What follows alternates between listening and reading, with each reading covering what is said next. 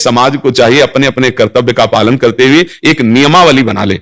जैसे दोस्तों स्वागत कुछ है दुकानों का नियम होता है कि वहाँ फिक्स रेट होता है, दोस्तों वहाँ ये नहीं चलेगा ही धर्म की बातें कि बोलते कसम से कहते हैं कि तुम्हें हम अपना जान करके कि 100 रुपया मीटर मिला, हम बिल्कुल मुनाफा नहीं ले रहे। नहीं, झूठ के बोल रहे हो। दुकान खोले मुनाफा के लिए, झूठ के बोल रहे हो। नहीं लेंगे मुनाफा, हम जितने का लाए उससे मुनाफा लेंगे, पर 120 रुपया मीटर देंगे, कपड़ा बढ़िया है, नाप फिट है, इससे नीचे नहीं उतरेंगे, हमें सफाई देने की जरूरत नहीं है, या हम कसम खाते हैं या ऐसा हम जानते हुए बिजली है, दुकान है, नौकर लगे हैं, तो इसका मुनाफा लेने के लिए दुकान खोलें, कोई दान करने के लिए तो नहीं। तो सबको पता है मुनाफा लेगा, लेकिन एक फिक्स दाम, उससे 10-20 रुपया का मुनाफा लेकर के हम उसको बेच रहे हैं। लेकिन झूठ क्यों बोले? बोले झूठ के बिना धंधा नहीं चलता। नहीं, ऐसा नहीं है।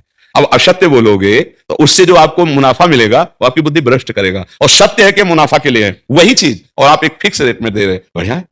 अब अगर आप कोई मिलावट करके भोजन सामग्री दे रहे हैं, आपको पता है, तो जो खाने वाले के हृदय में बैठे हुए भगवान है वो तुम्हारे जीवन में मिलावट कर देंगे, तुम्हारा जीवन महान दुखमय हो जाएगा। ये कहां समझा जाता है? एक आदमी सिंथेटिक दूध बना रहा है, उससे कहो अपने बच्चे को पिला, नहीं पिलाएगा।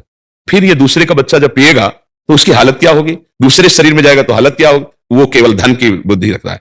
एक आदमी घी में केमिकल मिला रहा है, एक ऐसे अभक्ष पदार्थ मिला है, वो स्वयं नहीं खाएगा, लेकिन वो होटलों में भेजा जाएगा, हजारों लाखों लोग खाएंगे, बीमारी बढ़ेगी, उसको रुपया से मतलब है। ये चीज, ये दुर्दशा हर जगह धर्म का ज्ञान न होने के कारण फैल रही, नहीं फैल रही।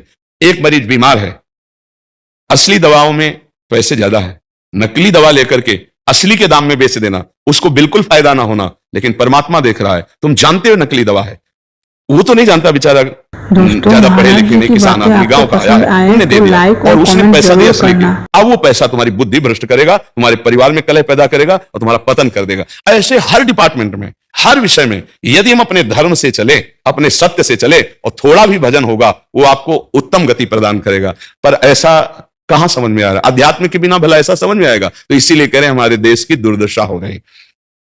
पूर्वजों में पहले यह था कि हमारा धर्म नहीं जाना चाहिए चाहे प्राण चले जाएं, हमारा चरित्र नहीं जाना चाहिए चाहे सर्वस्व नष्ट हो जाए।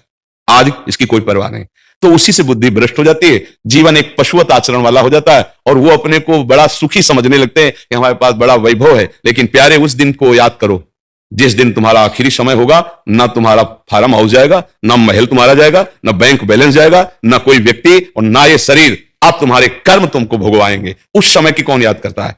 अगर उस समय की याद हो तो भय लग जाए कि नहीं नहीं, पाप नहीं करूंगा, क्योंकि जाना यहां से। अच्छा, कब जाना कुछ पता नहीं है, किसी भी समय ट्रांसफर हो सकता है इस शरीर से। तो हमें लगता है कि महापुरुषों के जो वचन है कि हमें एक नियम से जीवन जीना चाहिए, धर्म पूर्वक जीवन जीना चाहिए, अपने कर्तव्य का पालन करना चाहिए। जो हमारे लिए कर्तव्य, आज प्रायः धन प्रधान बुद्धि होने के कारण कर्तव्य स्वाहा हो रहा है। एक विद्यालय में विद्यार्थी के लिए जो गुरु पद में बैठा है, उसका क्या कर्तव्य है? वो अपने कर्तव्य को भूला हुआ है।